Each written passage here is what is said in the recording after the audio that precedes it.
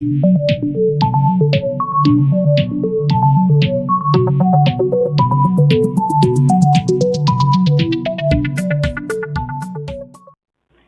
Students, concepts of physics में आपका स्वागत है।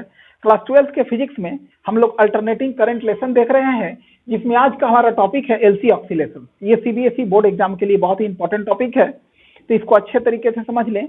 हमें पता है कि एक कैपेसिटर में भी एनर्जी स्टोर होता है और एक इंडक्टर में भी एनर्जी स्टोर होता है। एनर्जी स्टोर इन कैपेसिटर कितना होता है? Half CV square. वो फॉर्मूला आपको पता होगा। एनर्जी स्टोर इन कैपेसिटर का फॉर्मूला है हाफ CV स्क्वायर और एनर्जी स्टोर इन इंडक्टर का फॉर्मूला है हाफ LI स्क्वायर। तो दोनों स्टोर होता है। जो कैपेसिटर पे एनर्जी स्टोर होता है, कैपेसिटर के प्लेट्स के बीच में जो इलेक्ट्रिक फील्ड होता है उसमें, यानी कैपेसिटर में जो एनर्जी स्टोर होता है वो इलेक्ट्रिक फील्ड के रूप में होता है और इंडक्टर में जो एनर्जी स्टोर होता है उसके मैग्नेटिक फील्ड के रूप में होता है। तो यहाँ एलसी ऑक्सीलेशंस में देखिए, एक कैपेसिटर को चार्ज करके एक इंडक्टर से जोड़ दिया जाएगा, तो ये कैपेसिटर डिस्चार्ज होना शुरू हो जाएगा इंडक्टर के थ्रू, और ये पूरा डिस्चार्ज होते होते कैपेसिटर फुली एनर्जी स्टोर कर लेगा, यानी इंडक्टर कैपेसिटर एनर्जी स्टोर कर लेगा। यानी कैपेसिटर का सारा एनर्जी स्टोर कहाँ आ गया? इंडक्टर में। इंडक्टर अपना एनर्जी को छोड़ेगा, अगेन वो कैपेसिटर में चला जाएगा। और इस प्रकार देखेंगे कि सर्किट में करंट कभी इस प्रकार मिलेगा तो कभी इस प्रकार मिलेगा, यानी ऑक्सीलेशन होता हुआ, जिसका ग्राफ आपको दिखाया गया है। कभी करंट पॉजिटिव, कभी करंट निगेटिव। इसको एलसी ऑक्सीलेशन कहते हैं। यहाँ इन दो फिगर से समझ लीजिए।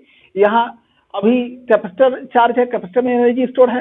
ये जब डिस्चार्ज होगा इसके थ्रू तो इंडक्टर में एनर्जी चलाएगा। एनर्जी जब डिस्चार्ज होगा तो अगेन फिर कैपेसिटर में चलाएगा और इस प्रकार सर्किट में करंट ऐसा मिलेगा। इसे हम लोग कहते हैं एलसी ऑक्सीलेशन। और इस ऑक्सीलेशन का जो फ्रीक्वेंसी होता है वो F = 1/2π√LC होता है।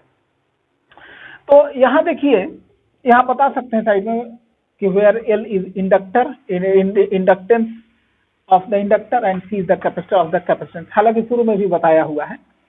अब आगे देखिए, तो कैपेसिटर में किसी भी इंस्टेंट पे कैपेसिटर के प्लेट पर कितना चार्ज रहेगा, यानी शुरू में तो फुली चार्ज हमने कैपेसिटर को कर दिया है Q0। यहाँ साइड में लिख देंगे कि where Q0 is the initial charge of the capacitor. तो इनिशियल चार्ज कैपेसिटर का Q0 है, लेकिन डिस्चार्ज होना शुरू होगा तो किसी भी इंस्टेंट पर चार्ज कितना है, यानी किसी भी टाइम पर कैपेसिटर के प्लेट्स पर चार्ज कितना है, उसका रिलेशन ये है Q = Q0 cos ωt। और उसके बाद कैपेसिटर पर एनर्जी स्टोर किसी भी समय कितना रहेगा, क्योंकि वो डिस्चार्ज होता रहेगा तो उसकी एनर्जी भी कम होती जाएगी। और जब कैपेसिटर चार्ज होगा, यानी जिस समय इंडक्टर डिस्चार्ज हो रहा होगा तो कैपेसिटर चार्ज होगा, तो कैपेसिटर पे एनर्जी स्टोर किसी भी इंस्टेंट पे जो होगा Q0²2C cos स्क्वायर ωt। इसी प्रकार इंडक्टर पे किसी भी इंस्टेंट पे चार्ज रहेगा Q0²2C। यहाँ भी ध्यान रखिए, दोनों में C ही रहेगा, और इंटू साइन स्क्वायर ωt। फर्क है कि कैपेसिटर पे किसी भी समय एनर्जी स्टोर में कॉस स्क्वायर फंक्शन है और इंडक्टर पे किसी भी इंस्टेंट पे एनर्जी स्टोर में साइन स्क्वायर फंक्शन है। यानी एक एलसी सर्किट में किसी भी समय कितना एनर्जी स्टोर है, तो total energy E = EC + EL। यहाँ EC EL दोनों हम लोग पुट किए वही, और पुट करने के बाद Q0²2C कॉमन लेंगे तो ब्रैकेट में बचेगा कॉस स्क्वायर और साइन स्क्वायर, जिसका वैल्यू 1 हो जाएगा। और इस प्रकार टोटल एनर्जी का वैल्यू Q0²2C आता है।